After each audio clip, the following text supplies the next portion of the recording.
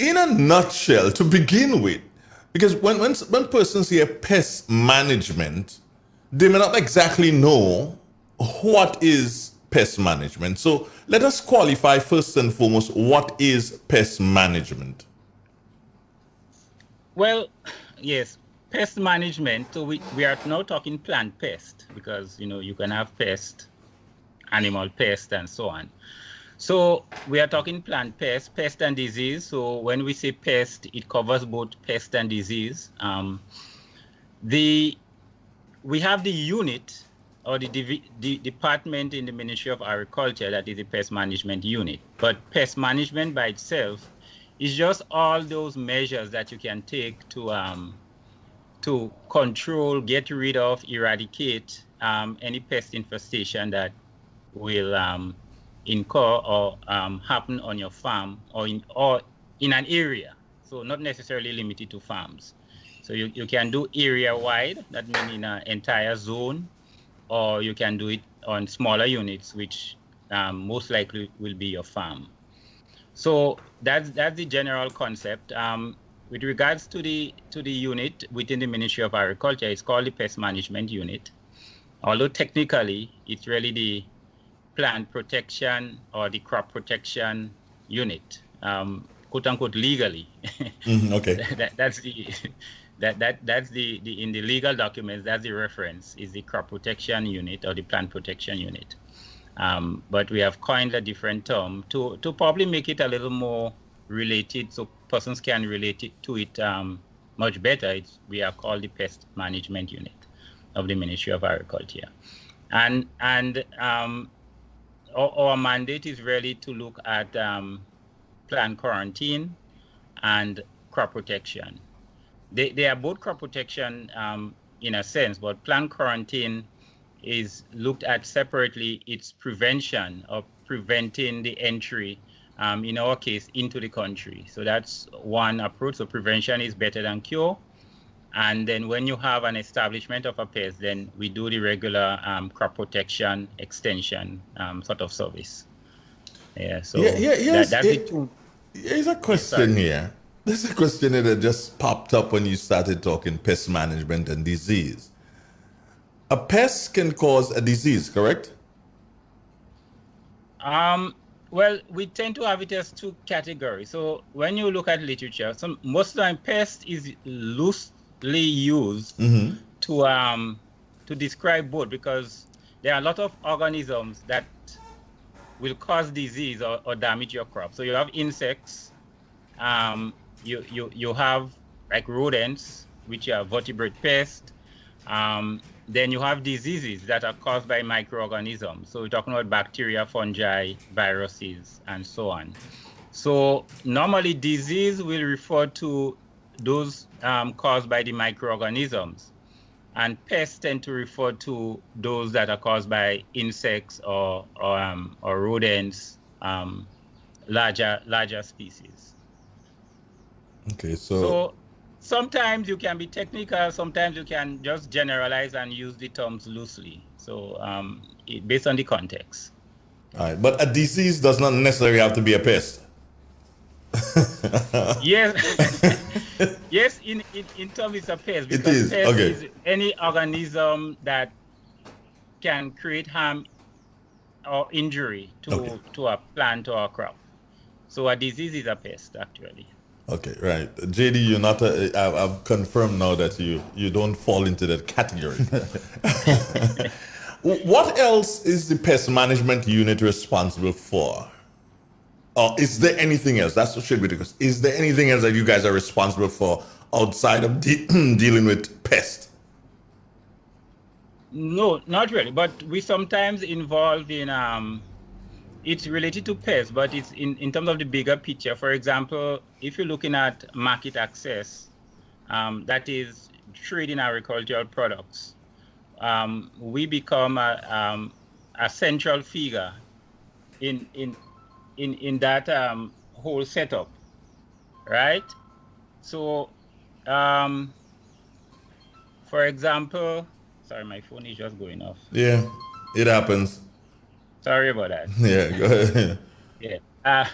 So For example, if somebody wants to export to a new market, agriculture produce, of course there may be restrictions on the other side. So the other country will have to liaise with the pest management unit to know what are the prevailing pests and disease on that crop. Then you may decide, okay, yes, we can let it in, but they will give instructions. What are the conditions under which they will allow it? And then we will be the ones on this side to verify that the exporter or the farmers follow the protocol that is established. So anytime there is market access requests, the pest management unit at some stage becomes central before final clearance is given for export. And it happens in both directions. Okay, now here's a question. Based on what you said, this question pops up.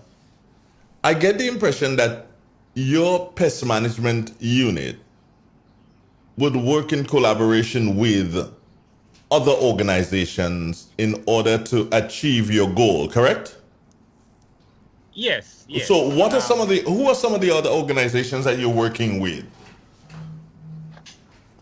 Okay, well, locally, our stakeholders go across, well, of course, from within the Ministry of Agriculture, the other divisions, exporters of fresh produce. So we're talking about the MNIB and all the other exporters. Other national agencies like Customs, we have to work very closely with Customs, the Customs division, because all declarations coming in, we first go to Customs before it comes to, and if it's agriculture, then we step in. We will work with regional agencies, the usual ICAR, ICA. There is now CAFSA, which is one of our organizations we link directly to. That's the Caribbean Agricultural Health and Food Safety Agency based in Suriname. We will work with FAO out of their sub-regional office. There's another organization called CABI, which is a UK-based organization, but they have branches in Trinidad, Brazil, and so on. And so these are some of the main organizations that we'll work directly with. And of USDA, the United States Department of Agriculture, they're a close regional partner, across the Caribbean area to look at prevention of pests and disease. So the USDA, if they have a sub-regional office in Trinidad, we'll work with them on issues. And there is an umbrella body for Caribbean plant protection called the Caribbean Plant Health Directors Forum. And they also, so they work, all these regional bodies work close together on a lot of issues. So there is to reduce duplication and so on. What you've just spoken about leads us to the next one, which is plant quarantine, because that is what will be the main conversation, because we're managing pests in relation to crops. So the main thing is that we have to deal with a lot of plant quarantine. We must here, meaning in Grenada, have a Plant Quarantine Act, correct? Yes, the Plant Protection Act of 1986. So can you speak to us about that here? Speak to us about what our in a nutshell, what our Plant Quarantine Act says. Well, it says that to bring in import, so it speaks a lot of imports. To bring in the imports, you require a permit from the plant protection unit. Well, the permit, like everything, is issued in the name of the minister, but we manage it on a daily basis. It gives the power to if you suspect a traveler or an importer has something that they haven't declared, to step in and investigate. You can also have fines under the Act for not declaring stuff. Then it gives with proper procedure to enter properties and manage pests that are determined as notifiable pests. So there's a difference. So our department should really be enacting more notifiable pest regulations. So for example, a few pests are notifiable pests on the book still, like Moko disease, love vine, which is a parasitic weed, is a notifiable pest. So if a property owner is failing to manage those pests, we can issue them the order that they will. And if they still fail, then you can still move in and have it managed at their expense. What if knowingly one person, or in this case, let's say a farmer, knowingly moves a pest or a disease from his holding to another farmer's holding? What happens then, or what could happen then? Well, as I say, if we issue the notifiable pest regulation, so that won't work for any pest, because under that regulation you need to state that once it's declared that, or some people might call it specified pest, you have the owner of the property must take whatever measures are prescribed by the plant quarantine unit, or given permission to take those measures. So if somebody directly moves a pest, it's a regular pest, it's here already, there is no official control for it going on. Now that will, to me, would be considered well, yeah, sabotage, or there might be some other legal word. And I think, I'm not sure about the other laws. Our law don't really speak directly towards that one. So I cannot give a definite answer, but it's like a willful act of sabotage, I guess, can be prosecuted under some other regulation, once it can be proven. How does your department deal with, or is it the responsibility of your department to deal with pests that may be imported via meat? Not animals, but meat. Do you deal with that, or is it dealt with by another department? Well, meat and meat products, so these are handled by the veterinary and livestock department. But once it's related to animals, if the pest is related to plants, I mean, I'm not sure. I'm thinking a plant pest that might come on meat. You'll have to stretch your imagination. But remember, plant pests and disease can come in on anything. And sometimes we only focus that it can come in on plant material. But pests, and especially those that are likely to be what we call invasive. So another category of pests can be invasives. So they mightn't be directly affecting the plant. They might just be a nuisance. But they can hamper the growth of plants, you know. So we're talking about things like snails and so on. Other arthropods that may just hitchhike on a container, or coming in on some other article other than plants. You know, so sometimes persons move, like people may be moving location, they reside in wherever, out of Grenada, let's say the UK, for example, and they may want to be coming back home with just about what they already have in the house. So they might want to pick up the flower pots and everything. But if it's not cleaned properly, you know, you can have all other little spiders and whatever just hooking up onto it.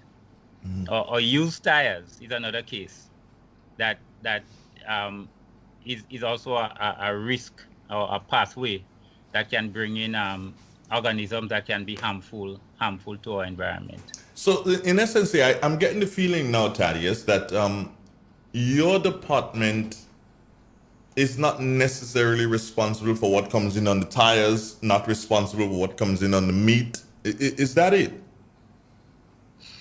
No, well, things evolve. So sometimes you need to step in with certain articles if you deem that it's a threat.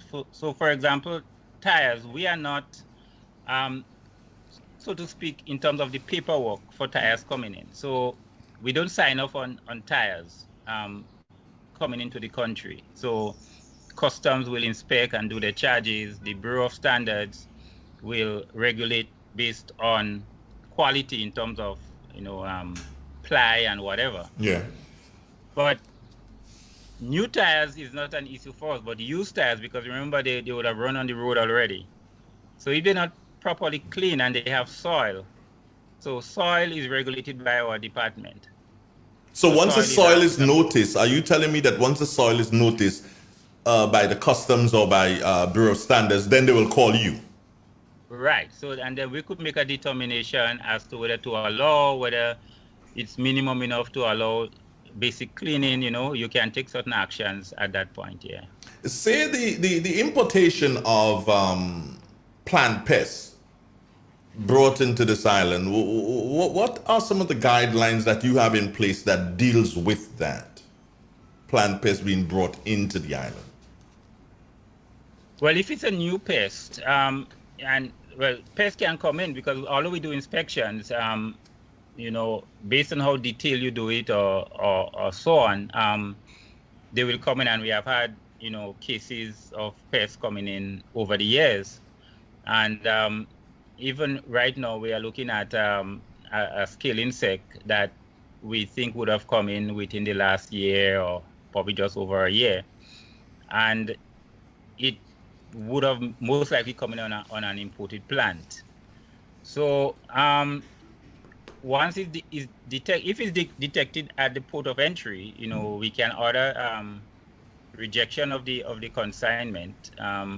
So small quantities we can easily destroy. If it's a very large quantity, you can ask it to be re-exported. And by re-exported, what do you mean, sir? You can send it back to the country of origin. So you can reject or refuse entry. Mm-hmm.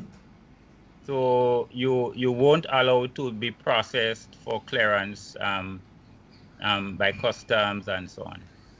But in a situation like this, somebody has to pay for the re-exportation. Is that a charge on the government, or is it a charge on the importer? On the importer. On the importer. What if the importer decides, look, I am not going to do this? What happens then? It can be destroyed. Again, the destruction should also be at the cost of the importer. So sometimes the importer need to make a decision which is cheaper. So something is going to be destroyed and say, oh my God, well. That one is pretty interesting. You're going to destroy it and you're going to put the cost on me. And that brings me to Thaddues, to something that I saw a very, very long time ago while being a security officer at the Morris Bishop was then Point Saline International Airport. A lady came in from, was it St. Vincent or Barbados, with some citrus, limes to be exact. And the pest management officer at the airport was there. And I think you guys still have one there every flight, yeah? Yes. Right. So the pest management officer who was there indicated to the lady that she could not import the citrus into the country because of what was the problem. I don't know. And that it would have to be destroyed. And he was about to go with it. And she snatched it from him and threw them all on the floor. And she played carnival. She jumped up on them like if he's on the beach, she jumping up like sand. And she smashed them up. And then it was left up to the cleaners to clean the floor. She didn't have to pay for that. No, well, travelers, it's a different, let's say, quote unquote category. Sometimes we are sort of lenient with regards, but that sort of scenario should have or could have led to a fine or something like that. In some countries, a lot of countries, you will be fined. In some countries, even without going to that extent, and you did not declare, you will be fined just for not declaring the items. So if it's confiscated, whether wrongly or rightly so, once it's confiscated, the person no longer, quote unquote, has right to the item. It becomes the property of legally under the unit to take necessary actions. Of course, you have options to give them. So based on your explanation as to this, so many people don't understand, and they don't, if they don't get a proper explanation as to why you are not allowed the item, you know, you can get angry. And you know, I've seen a lot of cases where travelers will get angry. All right, somebody's asking a question here, but the person is based in London. I'm trying to get a feel whether or not that question is, as they say, a foreign-based question, meaning is it happening to them in London? But so let me go back to a number of other questions that I have here for you, Thaddues. And this one says here, what are some of the common pests that you would find in Grenada, like in your, let's say your the little plot that you have, or the little domestic garden that you're caring for? What are some of the common pests that you expect to find in those areas? Okay, so I'll just refer to general pests, like you have white flies that on vegetables. So if you grow in a backyard garden, you can have white flies on your things like tomatoes, melange, cabbages, beans. If you can have something called thrips. They're very fine. It's hard to see, but they do a lot of scarring. So the leaves get brown and discolored, and the fruits get all these scars. So if you have peppers, for example, salad peppers, you may see a little scar, brown scar coming down on the side. You know you have thrips. So if you grow in the vine crops like the watermelons, you see the tips, the growing tips getting brown and stunted, you know that you have some sort of thrips. You have aphids that can be at the back of leaves. For now, we have the rain season started. If you have citrus and so on, sending out new leaves, you'll see this little colored green, dark green, black at the tips, or even at the back of your dashing leaves, your callaloo leaves. You have a lot of aphids there. So these are a few of the regular ones that you're most likely to find. Or there is something called mites, which again you cannot see easily unless you have some magnifiers. And they will be on things like peppers and tomatoes and so on. So these are the very common ones in the vegetable gardens. And you'll have leaf spotting, wilting of plants caused by various fungal and bacterial infections. And what do you recommend folks do in what you'll call these like common pests? What if they're found? You find these things, as you say, under your dashing bush, callaloo leaves, whatever. What should you do? Okay, well, one, you observe once you see it starting. So most of the insects I mentioned, they are easily managed with what we call oil sprays. So it's organic. There's one called well, I'll call it golden pest spray oil. I don't like to always call too much brand names, but golden pest spray oil, or generally horticultural oils. They will easily manage those in the garden, so you don't have to worry about pesticides. Oil treatment in, you know, a little bottled water. Soap sprays also help in some situations. It helps a lot with the aphids.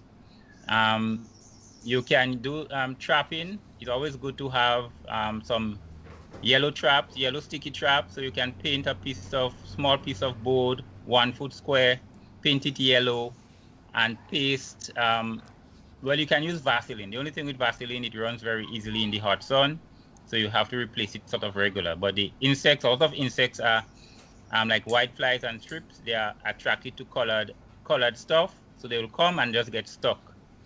So you can put up those in your garden even before your crops has grown, even at planting. There are a lot of natural products. Lemongrass is a good repellent, but you'll have to agitate it in the field. You know, some people just plant it and have it there, but for example, after you're done work in the afternoon, you can just cut a few or just take a stick and beat up the lemongrass bush and raise the scent.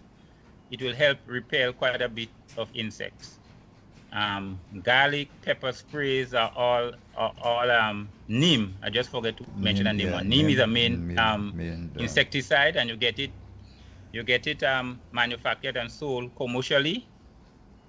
Under various names. You can use Neem. It's a repellent. It's an anti-feedant,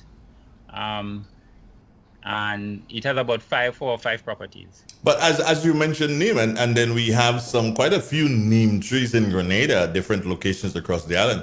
Couldn't the farmer, instead of purchasing that which is made into a final product, are there local ways of using the trees, the branches, the leaves of the trees, sir? Do you know? Yes, you can. You can. Well, the seeds, you tend to get quite a bit from the seeds, so you can crush them and soak them, probably overnight, and spray them on. The thing with those that are not manufactured, they will probably disintegrate or break down in light much quicker than the because when you manufacture, they use all different stabilizers and whatever to hold the product longer. But you can use it. There is something called Neem cake. I can't remember the formulation of my head now, but again, it's made from crushing and grinding and making a paste, and then you can just dust it around your plants. The seeds, the leaves can be used too. You can use it as mulch, and so on in your field. So all this would help. Same like lemongrass, you can use it as a mulch and help repel some insects that. JD has a question for you, but let me stick this one in before he comes to this question. As you speak about pests that are found locally and how to deal with them, if I'm doing a bit of agriculture and I see something that I'm not familiar with, but I see it is having an effect on my plant, can I take a picture, send it in to you guys, and what will be the turnaround time in terms of a response? Right. So you're talking about diagnostics, and you're talking of field diagnostics. So a photo is good once it's taken, with good clarity, and sometimes you may need to take more than one angles. If it's something very familiar, we can easily, within a couple of hours, or let's say by the next day, we can send a response. Sometimes if it comes to me and I'm not sure, I can consult with another colleague. If you really don't know,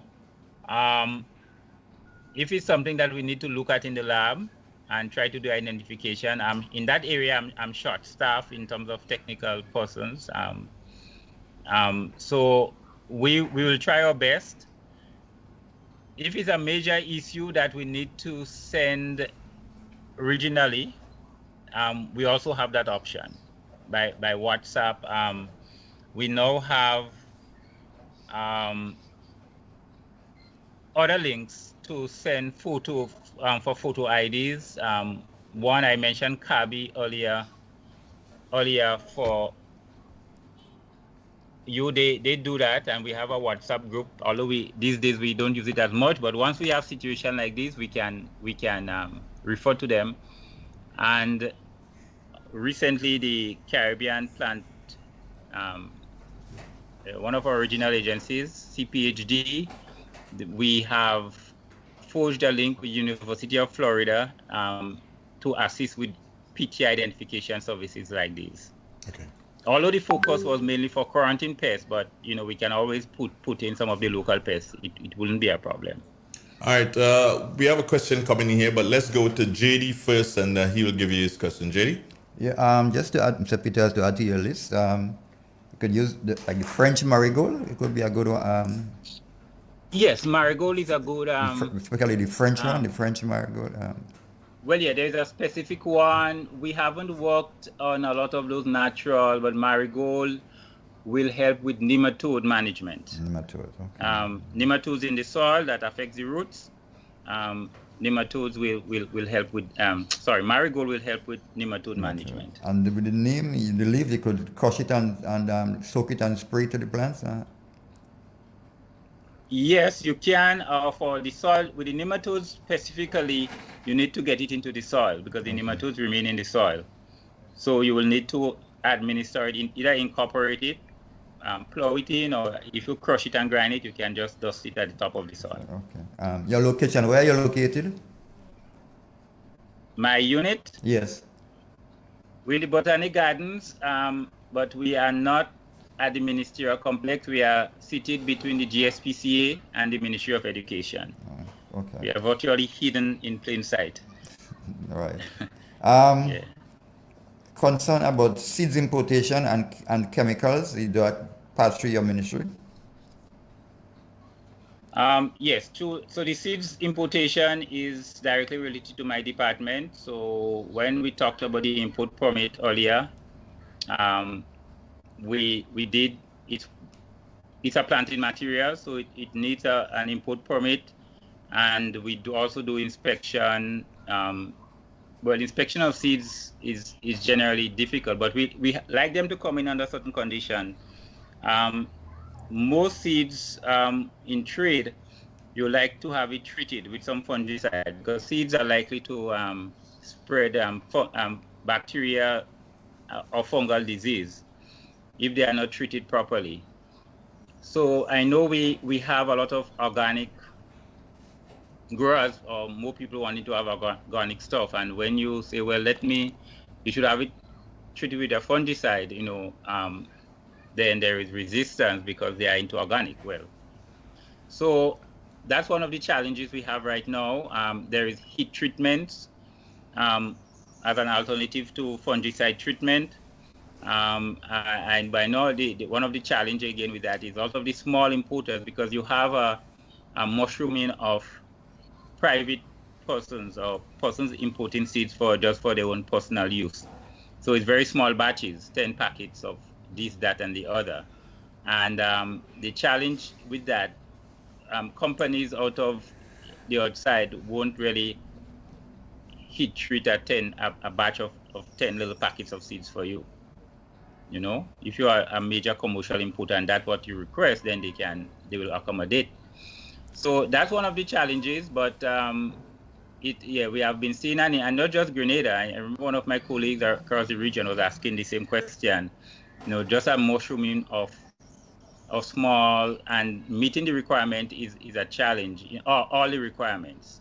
Because I think you have to get a license from the supplier too, if you have to bring in seeds from the supplier. But I'm not sure if they go through that. I mean, when you say the supplier from here in Grenada? No, the person abroad that shipping the seeds to you. Do you have to get permit, like a license? Well, we sometimes a phytosanitary certificate is requested to ensure that the seeds come from like a reputable company, and if we recommend a fungicide treatment, that it was done. Some countries do. Some countries, the process of getting the phytosanitary certificate is also challenging. But these are some of the requirements that we do ask for. Is it for like every shipment? You have to get that yes. Every shipment. Yes. But what if the company? Well, for seeds, because we are issuing the permits in Asikuda, you can have it for more than one, but based on how you do the application. So if you know you're going to be bringing in 4 or 5 items on a regular basis, you can apply for a large quantity to cover the items.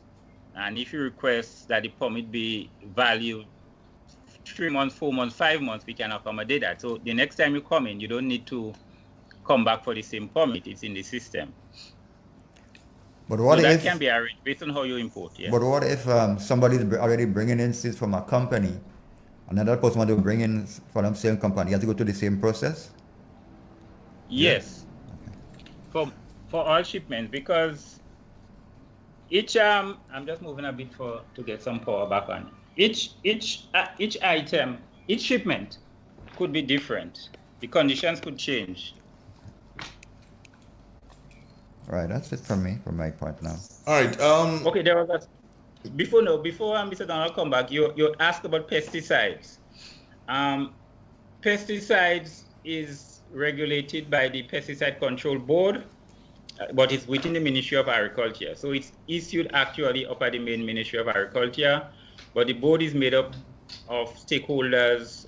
So my unit, I'm the rep, the rep from the Extension Division, the Agronomy Division, the Produce Chemist Lab, the Environmental Health Division, the Chief Medical Officer, and there are normally, I think, 2 private rep, like a farmer or somebody from industry, you know, some chemist, retired person who can. So that's normally the members of the board, but the permits are issued from within the Ministry of Agriculture.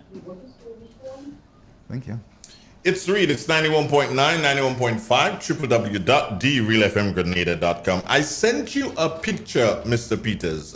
Can you check your phone and see if you, because someone just sent it to me. Can you check your phone quickly? And, okay, I'll just check it 1 minute.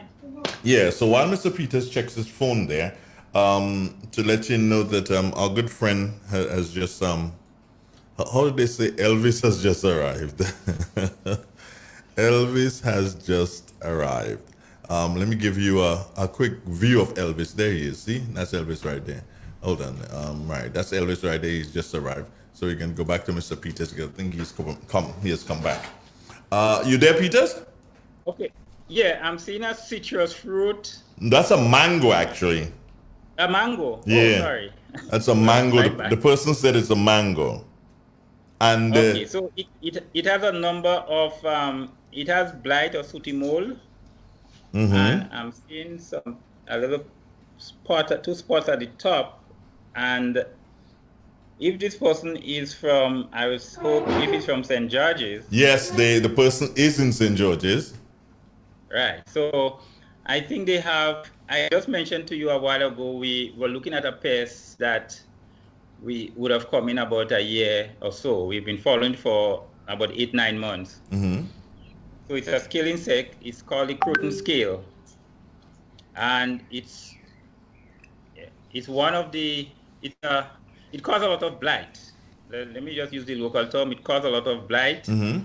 And it attacks croton, mangoes, soursop, plums, and there may be 1 or 2 other fruits or related species. You know something? I tell you that. Even before you say anything else, Mr. Peters, I tell you this. I give you your props. Because there's a bit of information that I did not give you, and you've made statements that lead me to believe that, hold on, this man, Peters, knows exactly what he's talking about. Because the person is saying that they believe that it came from a soursop tree across the road from them. And then you just mentioned that it is something that is synonymous with soursop. So it means at least, Peters, you can collect your money this month, collect your pay this month, you have no problems with that. And as a matter of fact, you'll get the 4%. It comes that easy. It comes that easy. All we have to do is do our work. Just do your work and you can get it. That's what it's all about. It's not about not doing your work. But back to it. The person is saying that it looks like it came from a soursop, and you're saying that this thing is synonymous with soursop, yeah? Yeah, well, I should say it's affecting soursop in some of the areas in the south, sort of heavily. We have been doing some treatments on a couple of the farms. We may not have checked every backyard. Persons do call in, and we do respond when they do call. The other part of it is that it's also controlled by ladybird beetles.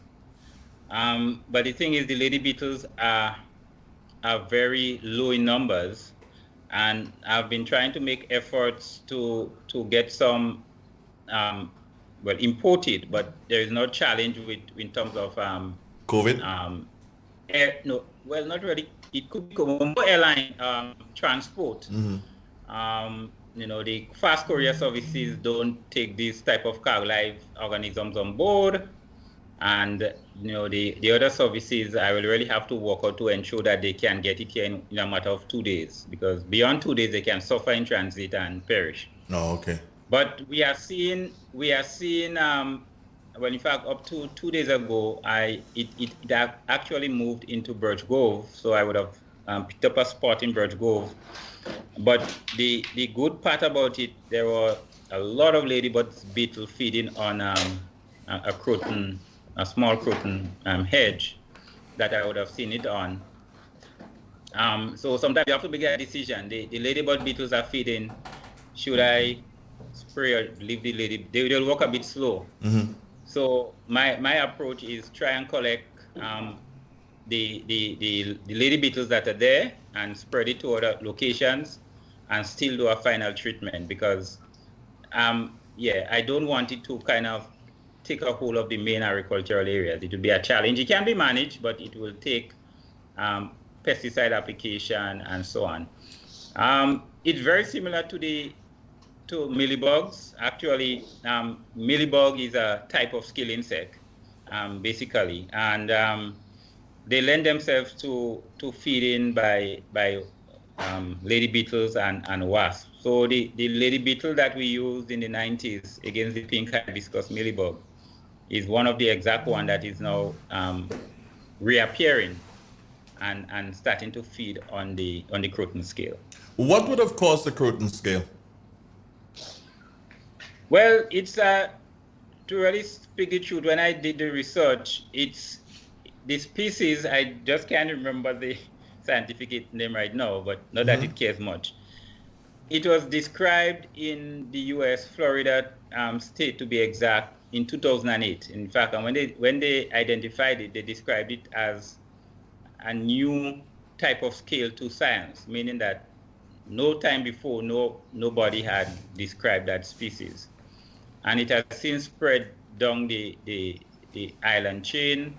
And I know about 3 countries coming down the chain has had it. So Grenada is about the 4th or 5th country between then and now that would have, with this insect would have been introduced. How would it have been imported? Well, I think it came in on a plant. I cannot say exactly what shipment, because I would think probably if we had picked it up, we would have known and destroyed that shipment. So it would have slipped through on a plant. Because we started seeing it in the River Road, Bolio Lamode area around July, August last year. Yeah. So it's a pest that has been here for the past year, so well, almost a year now, and it would have come in on a plant. Then the other thing we can draw to conclude here is there is a need, Peters, for citizens to be more aware of what they are traveling with, where they're coming from, and of course, indicating to the plant quarantine officer when they get to their port of entry that, hey, I have this, can you check this? Is that what is that what we're coming to? Yes. Yeah, because quarantine itself, and this has been a weakness in our system over the years. I will admit to it that the public relation or the PR, because quarantine needs a lot of information if the general public needs to be aware. So this is an area that really we at the Ministry of Agriculture needs to be more modernized with regards to getting the information out, in a targeted way. Mm-hmm.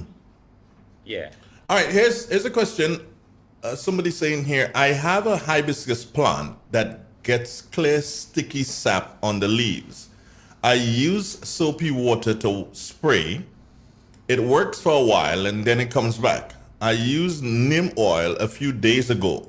Will that kill the mite, or do I have to keep spraying or change the soil, understanding that it is an indoor plant?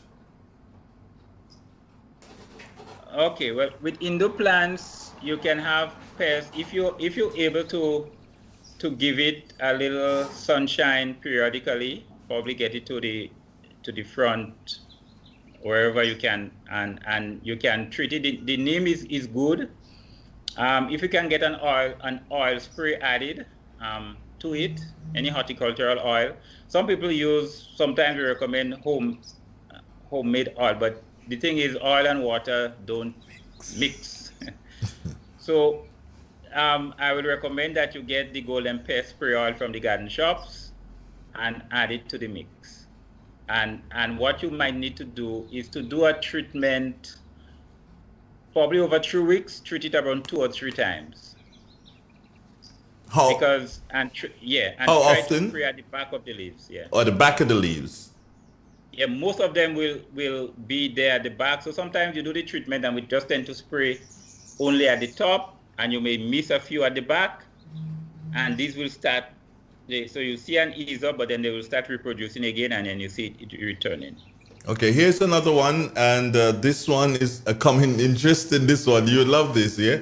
Here's someone asking a question about a mango tree for a friend, and that friend is based in Grenada, and the person asking the question is in England. So you understand what technology does here, Thaddeus? Yes. It says here, morning guys, for the gentleman, my friend have a mango tree in their yard, and whenever it starts to produce, the fruit gets all black spots and they drop off. The fruit never gets to the stage where it can ripen.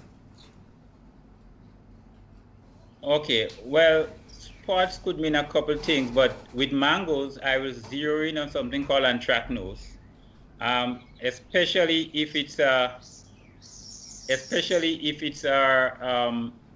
mangoes like Ceylon and peach, and there are a few varieties that are very susceptible to anthracnose. Anthracnose is a fungal disease, and it's always on the leaves, flowers, and eventually it attacks the fruit. So once the fruit start developing, the spots start appearing, and you can have abortion. Go ahead. Yes, so that was to say what it is. If I should quickly add, in terms of treatment, anthracnose, they don't like wetness. So you need to, prune the trees. I'll tell you something, in Grenada, we don't prune trees a lot, and mangoes is one that we plant and it just grow and grow and grow. The person says it's a Thaddues tree, eh? What they call Thaddues. A Thaddues? Yeah. Okay. I haven't heard that name in a while. Thaddues. Yeah.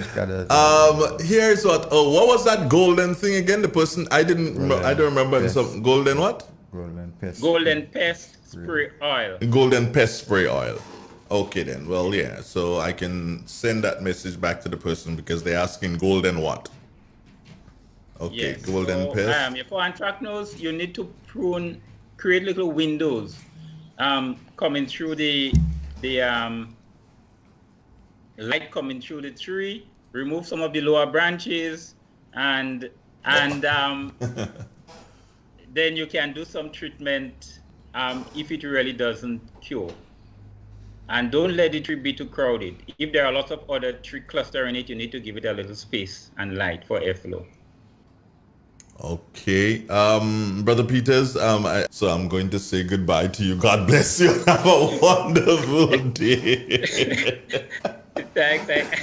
It was nice chatting this morning because I think the listeners and so on, they sent some good questions and some questions from the host. Yeah. Because to speak the truth, when they asked me to come on, I was, well, let's keep it general. I did want to talk of the Croton scale, and it came along during the process and so on. So anyway, it was nice being here, and I hope we can join somebody from my unit can join sometime in the future.